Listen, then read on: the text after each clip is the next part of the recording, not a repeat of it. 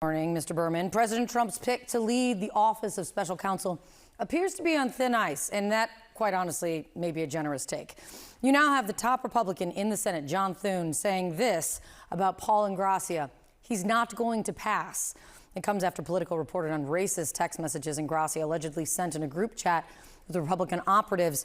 In one message, Ingrassia allegedly texted that the Martin Luther King Jr. holiday should be tossed into the seventh circle of hell where it belongs. In another, Ingrassia, in a back and forth, allegedly wrote, "I do have a Nazi streak in me from time to time. I will admit it." CNN's Annie Greer is on Capitol Hill for more. So you have this reporting, and you have what is in terms of the response from lawmakers on Capitol Hill now.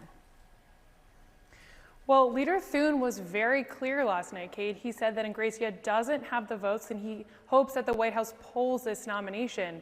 Ingrassia was expected to meet in front of the Senate Homeland Security Committee on Thursday, and at least one of the Republicans on that committee, Republican Senator Rick Scott, told me last night that he does not support Ingrassia. So that right there is enough Republican opposition to end this nomination, assuming that all Democrats also vote against him, which we are expecting him to do. So Trump nominated Ingrassia to lead the Office of Special Counsel, which oversees all federal whistleblowers and civil servant laws.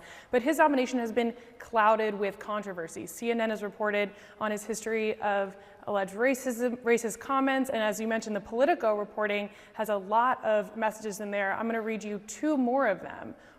In one alleged message, Ingrassia says, quote, "Never trust a Chinaman or Indian, never," end quote.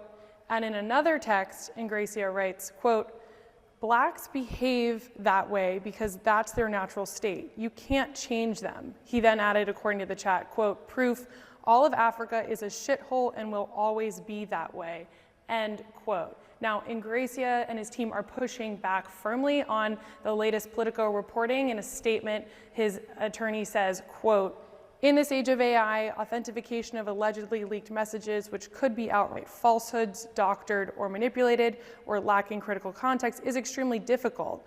We do not concede the authenticity of any of these purported messages." So it is now in the hands of the White House, Kate, what they are going to do here. But Leader Thune was clear in his message. It's very rare for Republicans on Capitol Hill to push back on one of Trump's nominees, but we are seeing that here. Some Republican senators are expected at the White House later today, so we are going to be tracking closely if the president makes any statements or the White House makes any changes to Ingrassia's nomination. Yeah, this is a space to watch today for sure. When John Thune says isn't going to pass, John Thune should know and does know what he's talking about when it comes to this. It's good to see you, Annie. Thank you very much. Let's see what happens.